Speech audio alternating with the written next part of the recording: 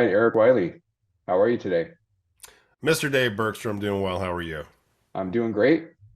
I'm glad that we finally got a chance to get together and start talking about some things that it seems like we talk about every single day, right? Yes, 100%. So, I think this is an awesome idea to start sharing some content back and forth that we normally have on cell phones while you're walking your dog, I'm at the dog park, whatever. And a lot of these we started thinking were really good concepts for sharing with the field and with the industry. So that's kind of the impetus for what we're doing right here. Yeah, agreed. And shame on me because I was talking to my three grown daughters earlier this week, and I guess there's a trend on TikTok now where people are getting putting PowerPoints together with their friends to try to explain exactly what they do for work. And my oldest daughter actually said, "Dad, I kind of know what you do, but I don't really get it." And then I've had questions from my youngest daughter about actually buying their first home, and I thought, boy, shame on me that they don't have more information and knowledge. Here I am in the industry for, over 30 years now, and they don't know all they should about the basics of the mortgage business and the real estate business. Well, it's the truth, and both you and I have been in the business for quite some time, and I think what we've seen a lot of, but maybe even more of these days, is that people don't know what mortgage lenders do or what mortgage finance or housing finance even looks like. They kind of understand the concept better if you've never done it of buying and selling a house. People may have bought and sold a car, that sort of equivalent idea. But there's a lot more to buying a house. You don't drive a car, excuse me, you don't drive a house off the lot in 2 hours after driving it, for a test drive. You've typically got, around a month or so for a closing process and so many more people involved. And we help coordinate those folks, but we're kind of introduced in the idea of buying a house often. They don't, people that are first time buyers don't necessarily understand exactly what we do behind the scenes. Yeah, for sure. And so much has changed over the years too. I know when I was younger, obviously there wasn't the internet, but now it's like you can find a home, on the internet through various apps. But back in the day, it was, you basically got in the back seat of a realtor's car with no seatbelt on and went out and toured houses, and that's how you found a house. And so all of that's changed too, as well as the information that we get for both mortgage as well as real estate. We can get at the click of a mouse on the internet nowadays. So I think that also sets up for some more knowledge is available today, but there's also a lot of noise around that knowledge. And, lately, last few years really, we've had a lot of headlines that relate to housing market, real estate, realtors, mortgage, what have you, interest rates. How often are those really describing the full picture of what we do? Never, Basically never. or, Right. or rarely. So there's a lot going on behind the scenes that people aren't normally used to, understanding about what we do when we do home finance and when we look at qualifying people and when we look at helping to pre-approve people for their first home or their next home or wherever they're at in real estate. And I think though, even with all this extra information, especially for someone who has never done this, it's actually a little confusing and potentially misleading in terms of, well, that covers a part of the picture, but maybe there's more to that story, or that if something over here is strong, then you're all the way good, or whatever. There's more legs to the table, maybe that they're not necessarily seeing. Yeah, you're absolutely right. And again, good news is we have access to a lot of information now through the internet. The downside of that is there's so many different opinions out there, and which one do you really trust, right? You can turn to channel two or channel four, and you might get two different opinions on the same topic. So it all depends on, I guess, who you believe and who you trust. No, absolutely. So I think there's a lot for us to talk about. And so what we've kind of committed to is doing this regularly, not necessarily on any specific day. Today we kind of joking it's our first one, it's Flannel Friday, and we're wearing the colors and just more of an informal, concept of what we're wanting to talk about. But again, we kind of talk about a lot of things that are relevant in a week's time about news events or about a change in the market or a shift here, shift there, or something, new that has popped up as an opportunity, or maybe something new that has popped up, like maybe people need to have a little public service announcement around so that they can, adjust their expectations around it. Yeah, absolutely. And we've got a pretty good list of things that we think are relevant and topical. But at the same time, we that will change over time, right? As time goes on, new things are going to pop up and new issues that are more timely, and we certainly want to cover those as well. But I think we have a pretty good list of things that there's probably some misconceptions and myths about that we want to try to address and clarify a little bit. Absolutely. So I think, taking us into where we want to go with this, it's really aimed at us talking to our kids, that don't know much about real estate. And maybe there's people that this isn't an age thing, this is maybe an experience thing, or it could even be for someone who has owned a home, it does own a home, but maybe they bought their home 20 years ago and things have changed a little bit. And so this could be relevant to anyone that's kind of looking at real estate in a new way. Yeah, absolutely. And I think one of the biggest fears today, especially for first-time home buyers, is where do I start? Like I don't even know where to begin. I don't know what this process looks like. Maybe I haven't bought a house for 20 years. I've never bought a house before. But like where do I start? How does this whole thing work? What does a mortgage look like? What does a home buying process look like? Does it take 2 days? Does it take 2 months or somewhere in between? So I think those are some of the things that we want to try to accomplish addressing as well.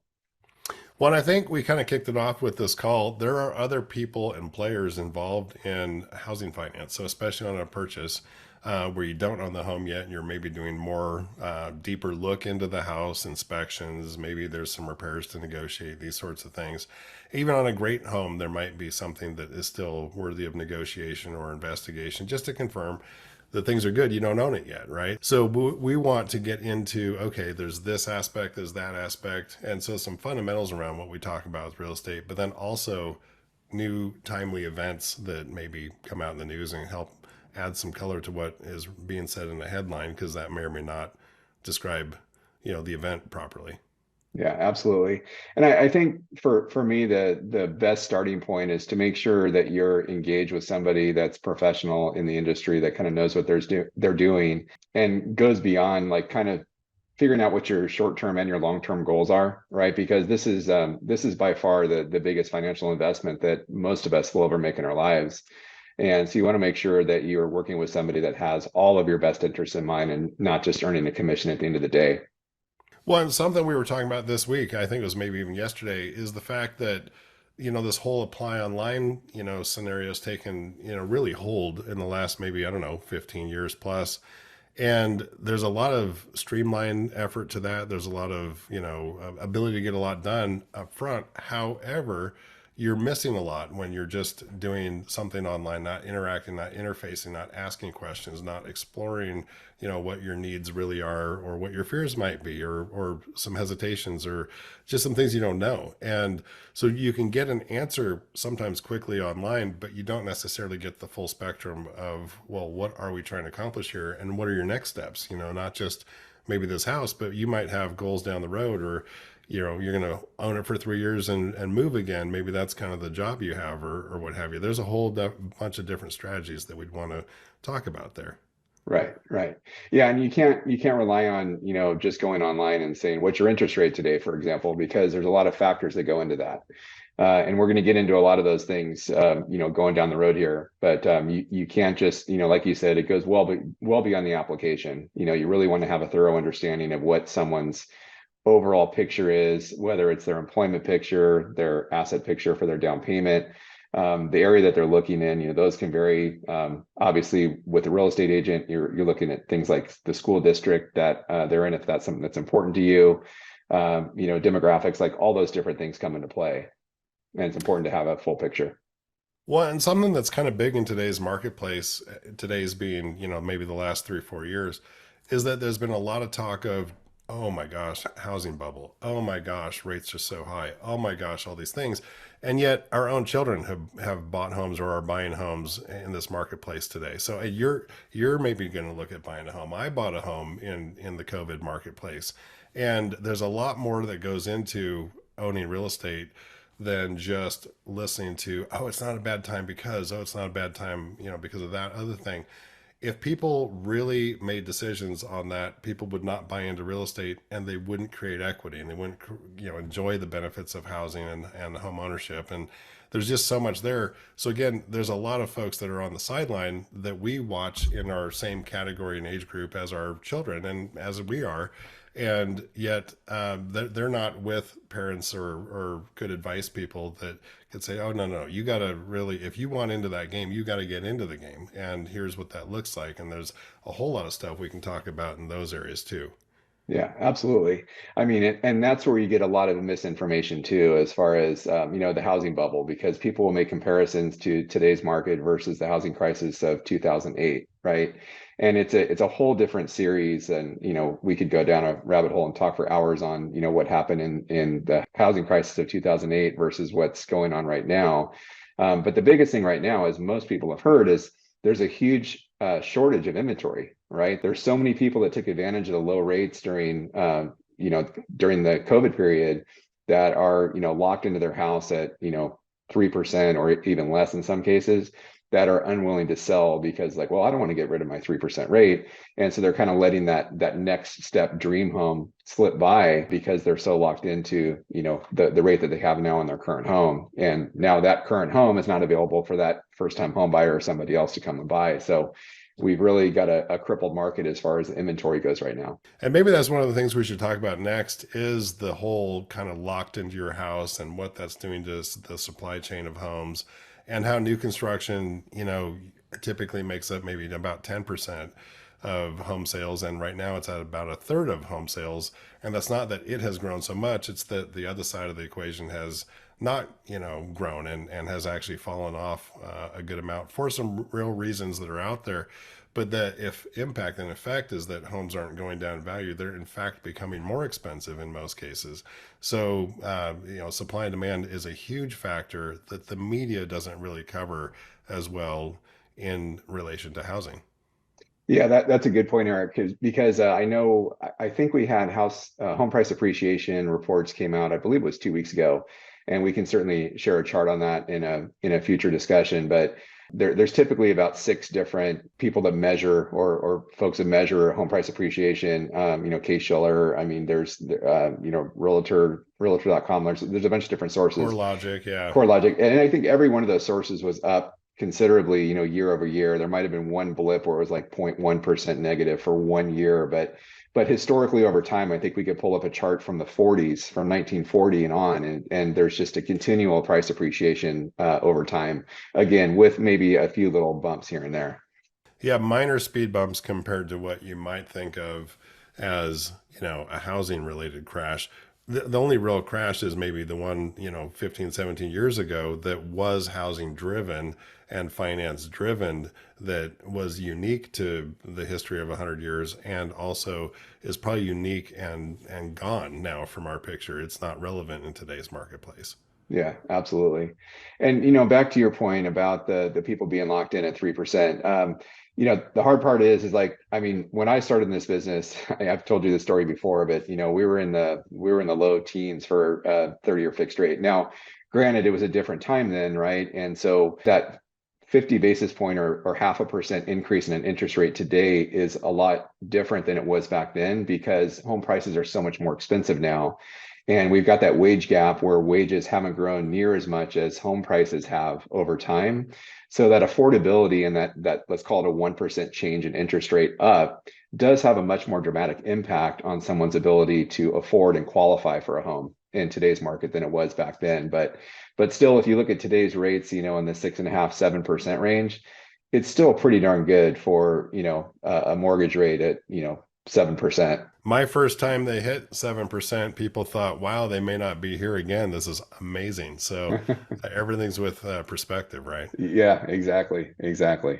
And the fact is that you don't want to let your dream home disappear if you're trying to find something right now and you're thinking, well, I'm going to wait for rates to come down. Well, when's that going to be? I mean, you and I wouldn't be sitting at our desk right now if we, could figure out when the interest rates were going to go down, right? We'd be on a beach someplace,